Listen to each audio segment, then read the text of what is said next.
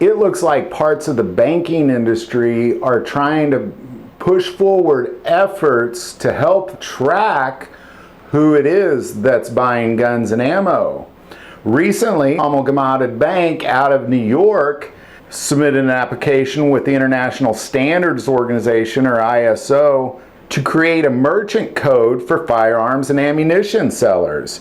Now, according to this report, it is the credit card industry that blocked this effort to track what they called suspect firearm and ammunition purchases, which is then deemed by the media as depriving law enforcement of a potential tool to identify and stop gun crime. So it's clear that the media desires for this effort. According to the CEO of Amalgamated Bank, they told CBS, in quotes, "We believe you can do well and do good. There's so much legal gun activity, it really depends on your ability to use the financial system to buy guns." They went on to say that the merchant category code for firearms and ammunition sellers would yield data and could identify a transaction that was made at a gun store while not revealing which individual products were purchased. Merchant codes are used across all sorts of industries. Might be a nail salon, might be a sporting goods store.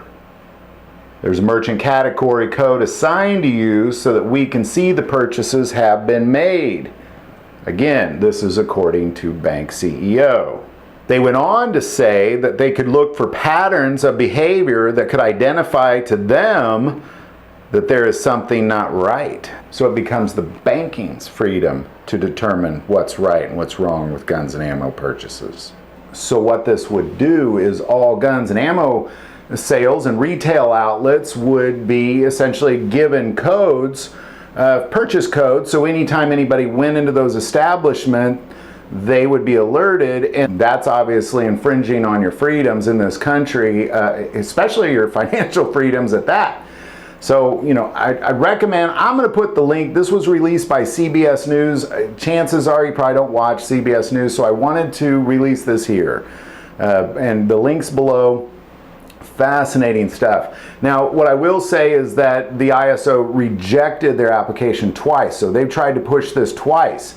Twice their application has been rejected by the ISO, but another piece of the report of this was because some of the employees for Visa, MasterCard, American Express, and all those, they actually then argued that this is going to infringe on a lot of freedoms, and then that caused the ISO to deny their application.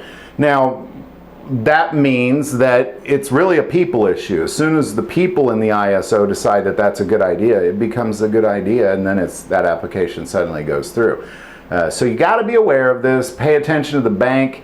You know, again, I'll put that link below. You know, I don't know who all my credit cards are affiliated with, but I'm going to kind of see if they're linked to this bank, because that's pretty crazy to me. So any insight into this, definitely put that below. Love to hear your thoughts as well. Put those below as well. So if you like this video, click like and subscribe. If you feel called to support this channel to Patreon, that link is also below. But the most important part of this channel is we take prayer requests. So please don't ever hesitate to send that in. Thank you for watching this episode of God, Family, and Guns. And as always, love God, love your family, and love guns.